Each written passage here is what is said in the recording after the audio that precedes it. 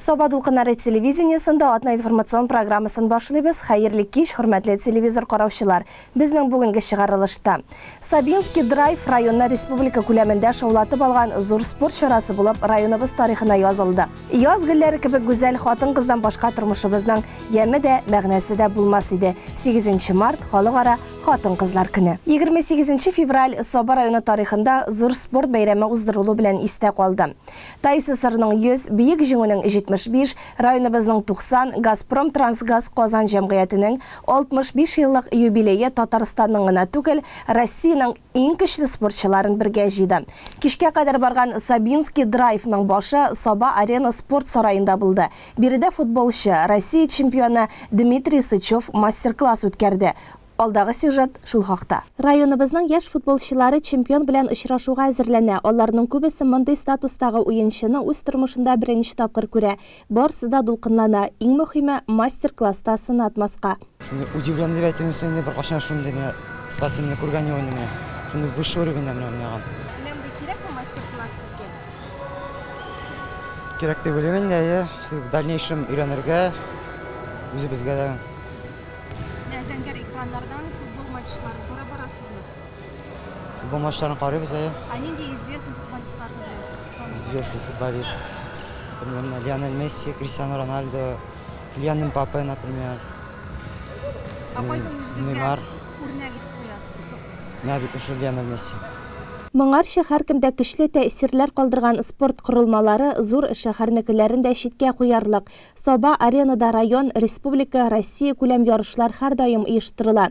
Россия чемпионы, Россия кубогы иясе Дмитрий Сычев уздыручы мастер-класс спортчыларны әзерләгәндә зур роль уйнаячагына ышанам ди районның спорт һәм яшьләр эшләре бүлеге җитәкчесе Ирек Гарипов. Уңышларына килгәндә, ул безнең 2000 елларда, 2015 елларга хәтлек бик яхшы уйнаган футболист дип әйтергә кирәк. Аның ул инде Россия җыелма команда составында Европа беренчелегендә, Европа чемпионатында бронзовый призер. Аның инде Россия чемпионатын Локомотив клубы белән тотканы бар. Шулай ук ул суперкубок иясе һәм Россия кубогының иясе дип әйтергә кирәк. Менә инде ул бүген тере футболист дип әйтегенде, безнең яшь үсеп килүче спортчыларыбызга үзенең осталыкларын күрсәтәчәк и аның белән тере әңгәмә булачак инде. Дмитрий Сычев футбол уенындагы төрле техника алымнарны үз үрнәгендә күрсәтте. Егетләрнең кызыксынуы йөзенә чыккан. Алар легендар футболчының һәр хәрәкәтен ныклап күзәтә. Спорт мәктәбенең футбол буенча тренеры Ленар Гумаров 25 укучысы белән килгән. Мин 25 футболист малай белән килдем, укучым белән. Бу безнең өчен зур вакыйга. Булай сборная России уенчылары безгә килмиләр, үтүдерсәгә бөтенләй килмиләр, беренче тапкыр киләләр. Шуның өчен төрле сораулар белән, төрле кызыксындырган үзебезне сораулар белән дип әйтегәндә, шунда килдек менә хәзер. Аңа сорауларыбызны биреп булса, Алла бирсә бирергә, яшь егетләр кызыксыналар. Мастер-класстан соң автографлар бирү, йөзләгән кеше белән фотога төшү һәм яшь футболчылар көткән сорау-җавап форматында әңгәмә булды. Һәрберсе оригиналь сорау яңгыратып, тулы җавап та алды. Россия чемпионы очрашудан канәгать, чакыру һәм мөмкинлек булса, тагын киләм ди. То, что я видел, это, конечно, потрясает. Такие условия у детей, и видно, что дети очень хотят заниматься и впитывают все как губка. Отлично, я получил громадное удовольствие. А вы на такие мастер-классы часто ходите? Достаточно, да, когда куда-то приезжаем, когда куда-то зовут, да. Я считаю, что это наша миссия – показать детям свой пример, что можно всего добиться в футболе именно работой, кропотливой и своим трудом. А как вам наш район, наши спортивные сооружения? Я вам скажу, что даже в больших городах-миллионников такого нет. Это просто браво и отдельное спасибо руководству и тем, кто занимается развитием спорта, потому что у детей такой огромный выбор и качественный выбор, что самое главное, чего не хватает у нас в стране, к сожалению. И я думаю, здесь просто можно в пример ставить эти все сооружения и то, как люди относятся к спорту. Танылган һөҗүмче профессиональ футболдагы беренче адымнары килеп туган кыенлыклар, имгәнүләр алган вакытлары белән дә уртаклашты. Хезмәт карьерасының күп вакыты Локомотивта уза, шунда ук кубок иясе дә булган. Зур спортта бирешергә, туктап калырга ярамый. Мин сезне киләчәктә Рубинда күрергә телим диде. Чемпион биргән киңәшләр яшь спортчыларда ныклы стимул уянуга этәргеч бирерлек иде.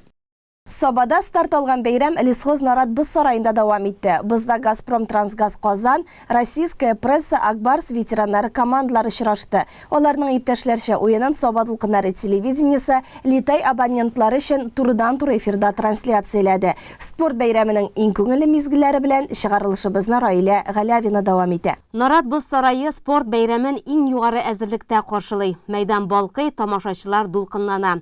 Алар Бозда чын хоккей карага килделәр.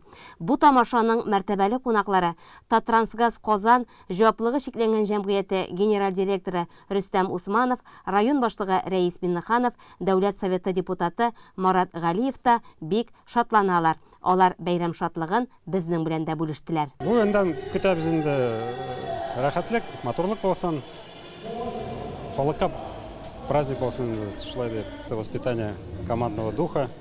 Потому что те люди, которые бьются друг за друга на ледовой площадке, они, как правило, и на работе очень ответственные, надежные люди.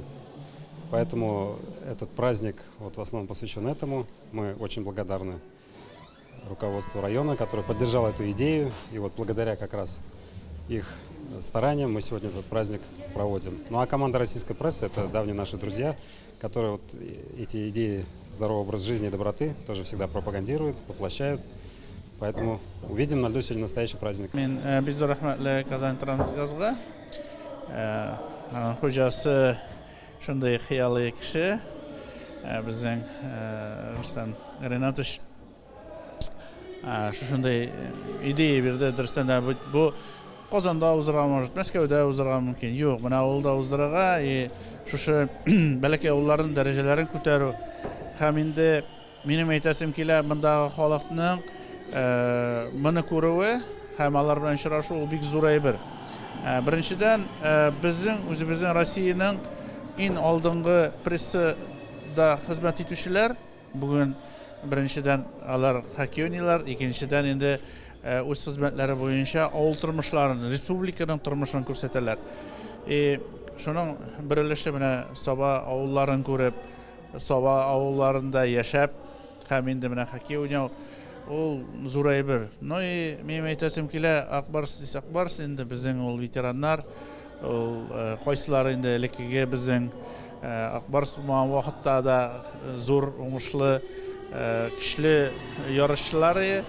Алар инде үзләренең менә авыллардагы балаларның шундый хыялланып, шушы хоккейга бирелерләр дип тә әле мин уйлыйм. Сабинский район Богатой СБ — это моя родина, и сегодня такое мероприятие, которое на самом деле очень надолго войдет в историю, в память всех сабинцев, и такие знаменитости посетили наш район, даст возможности новые. О нашем районе будут рассказывать далеко за границей нашей республики, и это даст свои плоды со временем. Ну и, соответственно, для молодежи, для подрастающих поколений сегодняшнее мероприятие огромный стимул и мотивация для того, чтобы заниматься спортом, для того, чтобы гордиться нашей родиной, Сабинским районом. И везде, где мы можем говорить об этом с больших трибун, мы всегда будем это делать, чтобы каждый сабинец гордился своей родиной.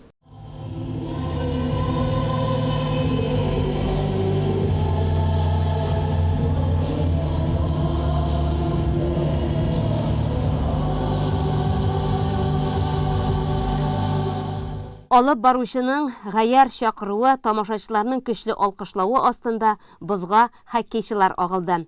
Аларның һәр кайсын исемләп дәштеләр бүген. Иң беренчеләр сафында Россия прессасы командасы чыкты. Көндәш команда Газпром, Трансгаз Казан иде. Уенчыларны кайнар сәламләп, җитәкчеләребез сүз алды. Рөстәм Госманов, Рәис Миннеханов хәйр фатихасы белән уеннарга старт бирелде.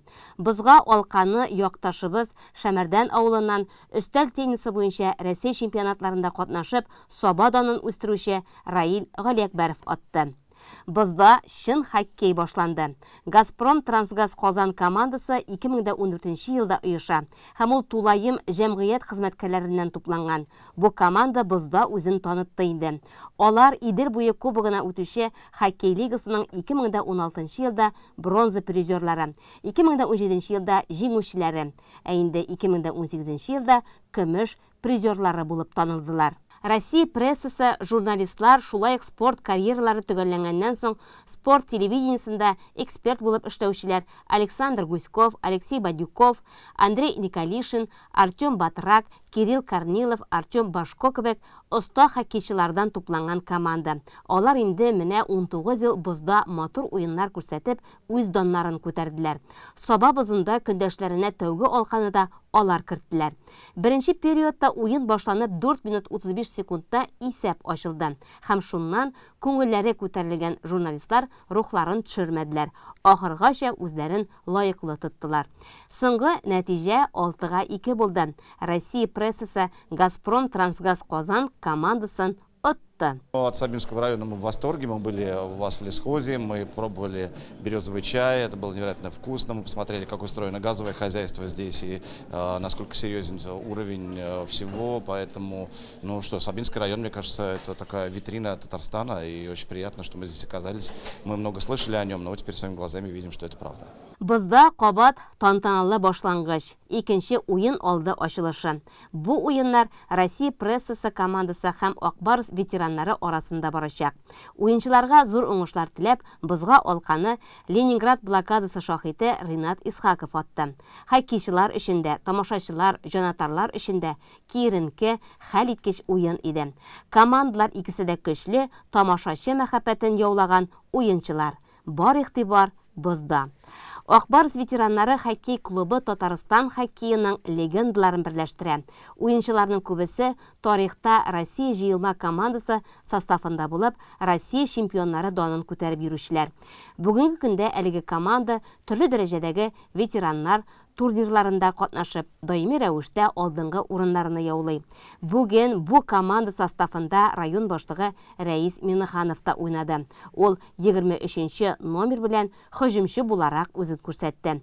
2 гол кертүгә иреште. Башта исәп Акбарстар файдасына 3-0 булып барды. Шуңа да бик киеренке, бернинди фаразлар биреп булмаган ярыш барды. Биредә кагыйдә бузган өчен удаление булмады. Шунда ук пенальти бирелде. Әмма Россия прессасы көчлерәк булып чыкты. Ахыргы исәп 12-10 булды. Бу спорт бәйрәменең башында, ягъни оештыручылары булып, Таттрансгаз Казан җәмгыяте торды. Командаларны район башлыгы Рәис Миннеханов, җәмгыятьнең генераль директоры Рөстәм Усманов бүләкләде. Республикада һәм районда халыкны, бигрәк тә яшь гаиләләр һәм белгечләрне тораклы итүгә зур игътибар бирелә. Шәмәрдәндә яшәүче Зилия һәм Виктор Леонтьевлар гаиләсе дә бүгенге көндә зур, якты, иркен 3 бүлмәле фатирда яшиләр. Шәмәрдән кызы Зилия һәм Әлки районы егете Викторга өйләнешкәннән соң Казанда да, Әлкидә дә яшәргә туры килә. Казанда яшәгәндә игезәк кызлары Дарья һәм Александра туа. Моннан 10 еллар элек Шәмәрдәнгә күченеп кайталар. Зилияның әниләре белән дә яшәп алалар. Фатир яллап та торалар. Кечкенә генә фатирда яшәгән вакытларда айруша Дарьяга кыенга туры килә. 2012 елда яшь гаилә фатир алу өчен документлар туплый башлый һәм 2018 елда алар Шәмәрдәндә күп фатирлы йорттан 3 бүлмәле фатир алу бәхтенә ирешәләр. Бу вакытта гаиләдә инде 3нче кыз Валерия да туган була. Мы были участниками программы АПК «Граждан на селе», и нам был построен многоэтажный дом по данной программе через Государственный жилищный фонд. И Госжилфонд нам предоставил 5% займ на оставшуюся сумму. Түләп барабыз каждый ой 10 мең, менә хәзерге вакытта, ой сайын 15 елга возрастающий, и все. Леонтьевларның 3 бүлмәле фатирларында тормыш кайнап тора. Һәр кемнең үз бүлмәсе булгач, бигрәк тә уңайлы. Александра гитарада уйнарга өйрәнсә, Дарья теннис уйнау белән мавыгып киткән. Миңа бик үземнең комнатам ошады. Ул чөнки ул бик матур, якты. Мин бик бик бу ине көттем. Мин инде шигырьләнәм теңез белән. Миңа бик ошый ул. И новый квартира күчкәч без бик сөендек. Новый бүлмәгә. И biz җайлы комнатада булдык. Яңа фатир иркен булу белән бергә уңайлы итеп тә эшләнгән дип сөенче белән уртаклашты Виктор Леонтьев. Рад то, что получили эту квартиру, очень то, что детям стало уютней. Раньше снимали однокомнатную квартиру, ютились в маленькой комнате, сейчас у них своя комната стала. Что сказать? Мне очень нравится, и соседи все хорошие, вся молодежь, как говорится. Хорошо, спасибо большое, то, что по такой программе прошли, всего лишь под 5% займа. Хорошо то, что сделано вообще, то, что пандусы поставлены, то, что у меня вот ребенок инвалид, то, что она может свободно выходить на улицу, гулять. Детская площадка около дома хорошая, все сделано. Машин не так много, для машин, для стоянки, все аккуратно, все сделано. Все для хорошей жизни сделано. Татарстан Республикасы президенты кашындагы дәүләт торак фонды 25 ел эшләү дәврендә күпләрне фатирлы итте. Әшәмәндәндә яшәүче Леонтьевлар авыл җирендә яшәүчеләр өчен АПК программасы аша фатирлы булып сөенеп яшиләр. Районыбыз җитәкчеләре Россия президенты Владимир Путинның 90 һәм 95 яшын тутырган өлкәннәребезне котлау турындагы махсус буйрыгын үтәүне дәвам итә. 2 март көне алар Лесхоз бистәсендә гомер итүче Рәбига апа Хөснуллинаны 95 яшьлек улы бәйрәме белән котлады.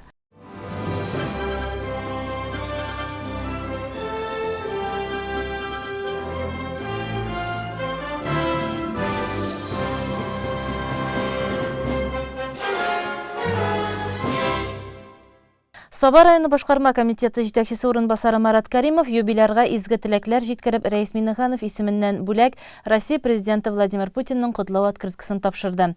Шулай ук юбилярның түшенә бөек җиңүнең 75 еллыгына чыгарылган медаль да такты. Бәйрәм теләкләрен халыкны социаль яклау идарәсе җитәкчесе Марсель Хужин, урман хуҗалыгы директоры Васил Гыйззәтуллин, Миша авыл җирлеге почта хезмәте вәкилләре дә ирештерде. Рәбига би үзе дә канагать. Әдәм баласына авырлык никадәр күп бирелсә, ул шул кадәр ныграк булып тормышка яраклаша. Рәбига би дә әнә шулай яшьли үк авыр язмышка дучар булып, ат кебек җигелеп эшләү нәтиҗәсендә үзенең тормышына сукмак яра. Күкмара районы Сәрдәвиш авылында әти-әнисенә 3 ул, 1 кыз булып үсәләр алар. Әтиләре Галиәскәр абый 1нче бөтен дөнья сугышында катнаша, урманчы булып эшли. Рәбига апа бик яшьли тракторчылар курсына язылып, техника эшенә өйрәнә. Трактор иярләп, Бөек Ватан сугышы елларында басу кырдан кайтып керми. Гаиләсен туендырыр өчен көн-төн хезмәт куя. 15 яшьтә кийинчә хәзер укудан бүлендем дәген тракторга укыдым. Тракторга укыдым да тракторда эшләдем. Бәгәйбәт абзыйга билгеләделәр мине. Көндез белән мин эшләдем, төннәр белән төнге сменага ул эшләде. Бәки яратканым тракторда эшләгәндә. Соңыннан тормышка чыккачыннан инде тракторда эшләмәдем. Иптәшем кирбич тәши торган җегет шул җегет белән бергә кирбич суктык. Бүгенге көнемдә Аллага шөкер бар нәрсәм бар. Лаеклы ялга Рәбига би 25 ел почтада эшләп чыган. Бүген яшәүче менә бу җылы якты һәм җыйнак кына йорт Рәбига бигә фронт юлларын башыннан ахырына кадәр үткән, аннан соң әле парлашып матур гомер иткән тормыш иптәше Йосыф абыйның зур бүләге һәм истәлеге. Ләкин тигезлектә генә аларга озак яшәргә насыйп булмый. 76 яшендә Йосыф абый авырып вафат була. Бу өйдә юбилярыбыз бүгенге көндә бердән-бер кызы Газизә белән гомер кичерә. Алар бер-берсенә зур терәк тә, олы иптәш тә. Бик строгый булды инде ул. Теге соңга калып кайтасы түгел инде. Вакытында, элекке вакытта бит инде иртә чыгадыр, бит нигә кич чыгып озак йөрис түгел инде. Шулай строгый булды инде, эшкә теге үзе күбрәк әнигә эләкте инде, әтинең саулыгы булмагач күбрәк ул эшли торган инде, авыр эшләрдә дә эшләде бит инде. Бүгенге көндә ничек менә? Бүгенге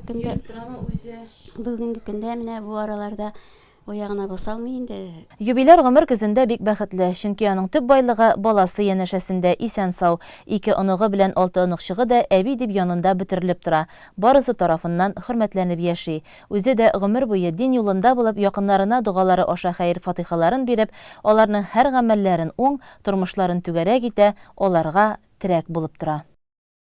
4 март көне район мәдәният йортында талантлы композитор, якташыбыз мәдәният хезмәтенә 50 елдан артык гомерен багышлаган. Шул дәвер эчендә бик күп җырлар, шигырь, поэма, сәхнә өчен сценарийлар иҗат иткән Рәйсә Билал кызы Имамиеваның иҗат кичәсе булып узды. Тамаша залына керү юлында халык Рәйсә Имамиева иҗатына багышлап төзелгән махсус стенд янында туктала. Биредә аның 7 төрле китабы, мактау грамоталары, рәхмәт хатлары, фотокүргәзмә урнаштырылган. Татарстанның атказанган мәдәният хезмәткәре, СССРның мәдәният атлетчигы, бик күп күкрәк билгеләре һәм лауреатлар иясе ул. Үз гомерендә алган мактаулы исемнәре санап бетергесез. Яралы сандугач дип исемләнгән әлеге иҗат кичәсе аның 80 яшьлек юбилее уңаеннан уза. Шушындай матур елны, 2020 елны безнең республикабызның 100 еллык тарихлы 100 еллыгын бәйрәм иткән елны, районыбызның 90 еллык тарихын бәйрәм иткән елны һәм шулай ук Бөек Ватан сугышының тамамлануына 75 еллыкны бәйрәм иткән елны, шушы знаклы елны Рәйсә апа сезнең юбилеегызда менә шулай итеп матур итеп үткәрергә җыелдык. Әйтергә кирәк, инде елы нинди, шәхесләре дә шундый. Минем сезгә җиткерәсе килә чын күңелдән үземнең рәхмәтемне Саба муниципаль районы тарихында шушындай шәхес булганы өчен, мәдәният өлкәсендә районыбызда шушындай шәхес булганы өчен, алар безнең мәдәният өлкәсендә мондай данлыклы шәхесләребез бик күп түгел һәм шуңа күрә шушы чараны мондай форматта уза торган гомумән чараларны мин бик кирәк һәм үзебезнең яшьләргә дә, үзебезнең киләчәк буынга да ниндидер бер үзебезнең тарихны белү, ниндидер бер чара була дип торып әйтәсем килә. Башкарма комитет җитәкчесе урынбасары Марат Каримов кичәнең төп героена район башлыгы Рәис Миннехановның рәхмәт хатын һәм чәчәк бәйләмнәрен тапшырды. Сәхнәгә Түбән Шытсу авыл җирлегеннән килгән якташлары да күтәрелде. Алар исеменнән җирлек башлыгы Булат Мәүлитов сүз алып сөйләде. Бәйрәмебез белән күңелне туклыйбыз. Инде менә безнең җирлектән чыккан булуыбыз белән без бик шат. Инде Елыш авылыннан булуыбыз белән без горурланабыз һәрвакыттагыча. Сез безгә бик кирәк. Инде бер теләгем дә бар, кайтыгыз Елыш авылына. Анда хәзер бик матур. Йортыгыз да бар, правильно. Инде җирлектә төп пропискалар булмасагыз да шушы авылда булган мәшәкатьләр, андагы проблемалар белән кызыксынып торасыз һәрвакыттагыча. Инде анысы өчен бик зур рәхмәт. Инде шулай ук минем әти белән бик танышсыз. Аннан да зур сәлам сезгә. Инде ул пенсия янында булса да, газлар сүнеп торса гел чакыра ди ул, нә. Яна сүнсә чакырыр дигән.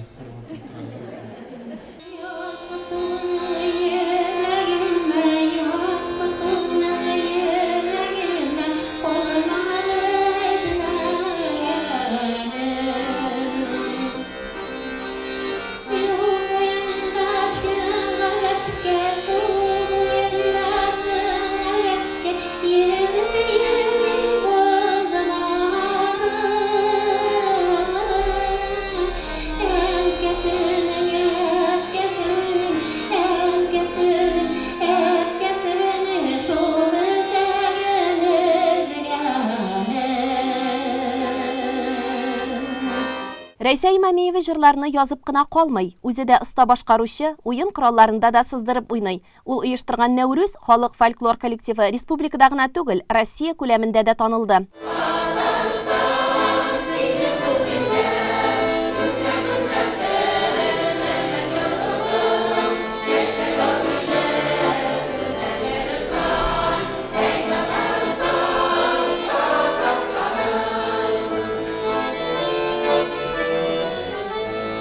Үзешчәннәр, танылган җырчылар, иҗатташ дуслары, башкалабыз Казан кунаклары барысы да сәхнә түрендә Рәйсә Имамиеваны котлап, кичәне тагын да баетырга омтылды. Шагыйрә Татар конгрессы әгъзасы Шәмсия Җиһангирова, Татарстан Республикасы премьер-министры урынбасары, Бөтендөнья Татар конгрессының милли шура рәисе Васил Шайхразиев, аның беренче урынбасары Ринат Закиров һәм үзе исеменнән тәбрикләп бүләкләр тапшырды. Иҗат кичәсенең тулы вариантын без сезгә Саба телевидениесының чәршәмбе чыгарылышларында тәкъдим итәрбез. 8 март халыкара хатын-кызлар көне. Яз гөлләре кебек гүзәл хатын-кыздан башка тормышыбызның да мәгънәсе булмас иде. Бәйрәм якынашкан көннәрдә хезмәттәшебез Гөлшат Гали Акбарова шәфкать туташы Алсу Мөхәммәдиева белән очрашып кайтты. Ак халатлы гүзәл затның бер хезмәт көненә күз салыйк. Кичкенәдән үк ак халат киеп, кешеләрне дәвалау хакында хыялланып үсә ул, һәм бу хыялын ишенга ашырады. Сүзебез Саба үзәк шифаханәсенең хирургия бүлегендә шәфкать туташы булып эшләүче Алсу Мөхәммәдиева турында. Алсу Миннехаҗи кызы Мөхәммәдиеваның балаша хыялын шынга ашырып, Саба үзәк хастаханәсендә шәфкать туташы булып эшли башлауына да 30 елга якын вакыт узган. Бүгенге көндә ул биредә иң тәҗрибәле, авыруларның ихтирам хөрмәтен казанган шәфкать туташларның берсе. Хирургия бүлегендә дәваланучыларның тизрәк сихәтләнүе, авыру сызланулардан котылуы өчен ул вакытын да, көчен дә кызганмый. Урта мәктәпне бик яхшы бикләре укып бетереп, Аллага шөкер, Казанга иң беренче башта мин тегү һөнәрендә укып чыктым һәм үземнең хыялымны чынга ашырып, Аллага шөкер, институтлыкка Зияндускига да медицинаны укып чыктым. Зияндускида укып бетергәннән соң мин Саба районына эшкә кайттым. Һәм үземнең перевязчик институтымда шушы көннәрдә дә хәзерге көндә дә шушында эшлим. Аллага шөкер, эшемне бик яратып эшлим. Аллага шөкер.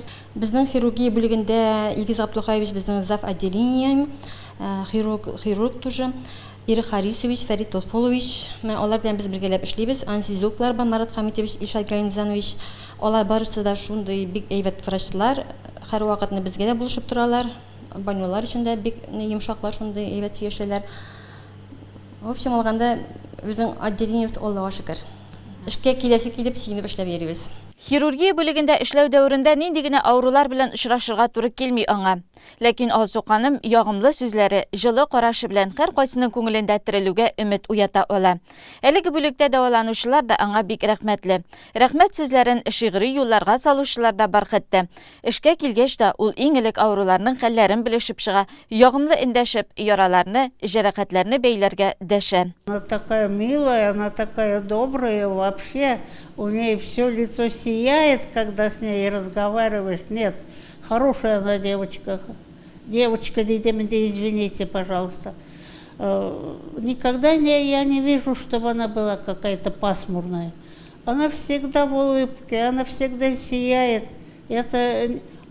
Она, может быть, и скрывает что-то на душе, но все равно она очень такая вежливая, добрая, исполнительная. Когда не обращаешься, она всегда отвечает с улыбкой, отвечает точно, что мне нужно. Так я очень довольна работой Алсу. Она молодец. Она не ходит, она летает. Вот так вот. Быстро. Тут только что тут было, смотришь, она уже там. Нет, Алсу хорошая. Хезмәттәшләре дә Алсуны бик яраталар. Гомумән, хирургия бүлегендә эшләүче табиблар, шәфкать туташлары һәр вакыт бер-берсенә ярдәмгә килергә әзерләр. Коллектив у нас большой, очень дружный. Алсу я знала намного раньше, уж с 16-го года, как я сюда пришла на работу в этот стационар. Вот с этого времени она себя показала с хорошей стороны. Хирургия бүлегендә эшләүчеләрнең хезмәтләре кай вакыт кеше гомере белән дә бәяләнә. Хирург белән янәшә басып, шәфкать туташы да гомер җибен үзмәс өчен тырыша. Саба үзәк хастаханәсенең табиб-хирурглары шәфкать туташларының шул исәптән Алсу Мөхәммәдиеваның да хезмәтен югары бәялиләр. Без Алсу белән 28 ел эшлибез. Мин аны хәтерлим әле килгән. Бездә инде ул училище бітіргәш келді. Сразу өзін көрсәтті, тырыш қыз, қорықмай, түрлі эшләргә, авырулар белән уртак жеңел таба, коллектив белән ул дус, аны яраталар. Бу шушы эшләү дәверендә үзен гел уңайлы яктан гына күрсәтте. Заман белән бергә медицинада алга атлый. Төрле ачышлар ясала, яңалыклар үтеп керә. Кеше сәламәтлеге сагында торучы табиблар, шәфкать туташлары да һәр вакыт укыйлар, белемнәрен күтәрәләр. Шәфкать туташы Алсу Мөхәммәдиева да даими рәвештә белемен күтәрә, яңа юнәлешләр белән дә кызыксына. Әле алга таба да өйрәнүдән туктамаячакмын ди ул. Белмимәдә эшкә кайткан вакытта, без әле бу яңа больницада түгел, иске больницада ягыймы. У вакытларда уңайлы эшли торган юк яранда. Автоклавка төшерәбез инструментларны, бөтенсендә җыгып стерилизовать итәргә инде.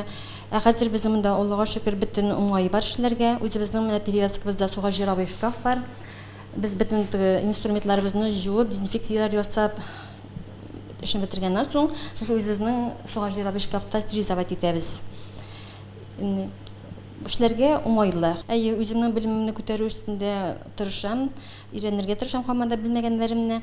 Менә әле Аллага шөкер массажга укыдым, хиҗамага укып кайттым, тоже Аллага шөкер. Саба үзәк хастаханәсендә шәфкать туташы булып эшләүче Алсу Мөхәммәдиева тормыштан нинди генә авырлыклар күрсә дә, тормышны яратып, хезмәтеннән ям табып яши һәм эшли. Әтиләре яшьли вафат булганнан соң бик иртә олыгайган уллары да аңа тормышта һәрчак терәк булып яшиләр. Яраткан хезмәте һәм дус тату гаиләсе аңа яшәү өчен көч, уңышларга ирешү өчен илһам биреп тора.